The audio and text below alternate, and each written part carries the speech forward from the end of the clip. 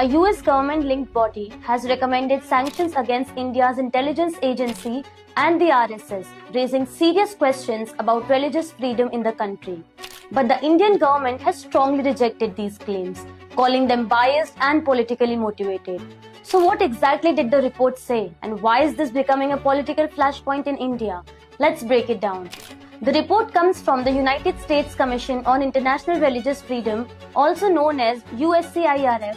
In its 2026 annual report, the Commission has once again recommended that India be designated a country of particular concern for the 7th year in a row. This is a category usually reserved for countries accused of severe violations of religious freedom. But this time, the report goes a step further. It calls for targeted sanctions against India's intelligence agency, research and analysis wing, and the Rashtriya Swayamsevak Sangh. The Commission alleges that both are responsible for or have tolerated serious violations of religious freedom. The USCIRF has made several strong recommendations to the US government. Impose sanctions on RAW and the RSS, link US-India trade and security ties to religious freedom improvements, and even halt arms sales to India under US law. It has also asked the US to push India to allow international monitoring of religious freedom conditions inside the country. However, it's important to note these are recommendations. The US State Department has not acted on this designation in previous years. India has firmly rejected the report. The spokesperson of the Ministry of External Affairs, Randhir Jaiswal, called the report motivated, biased, and based on distorted and selective narratives.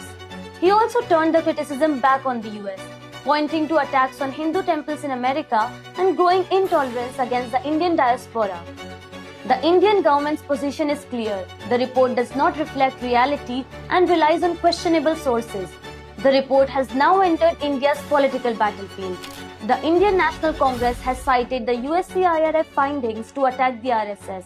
The party claims the RSS poses a threat to religious freedom and national unity. It even referenced Sardar Vallabhbhai Patel's ban on the RSS after Mahatma Gandhi's assassination. The USCIRF report highlights several developments it claims show a decline in religious freedom. Laws on citizenship, religious conversion and cow slaughter, the Waqf bill which changes how Muslim endowments are managed, state control over minority educational institutions in places like Uttarakhand. It also cites deportations of Bengali-speaking Muslims in Assam, expanded powers under the Foreigners Act and the continued detention of activists like Umar Khalid and Sharjeel Imam. The report claims many of these actions disproportionately affect religious minorities.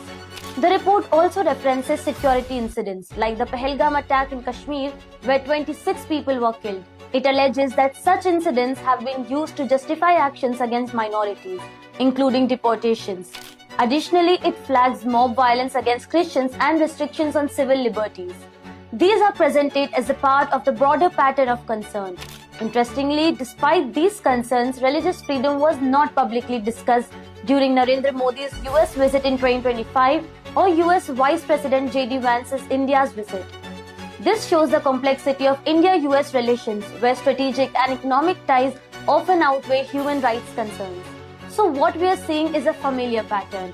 A strong report from the US body, a firm rejection from India, and political sparring within the country. The big question is, will these recommendations lead to any real action, or will they remain part of the ongoing diplomatic friction between two key global partners?